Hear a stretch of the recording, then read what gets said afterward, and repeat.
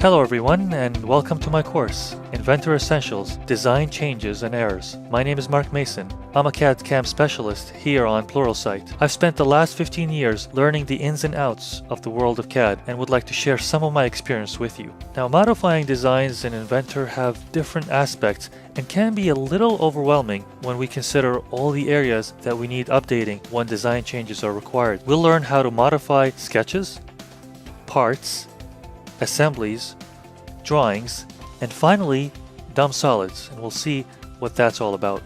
Before beginning the course, I recommend you become familiar with the basics of creating content in Autodesk Inventor. There are many great courses covering that here on Pluralsight. I hope you join me in learning how to make design changes and tackling common errors when updating your content.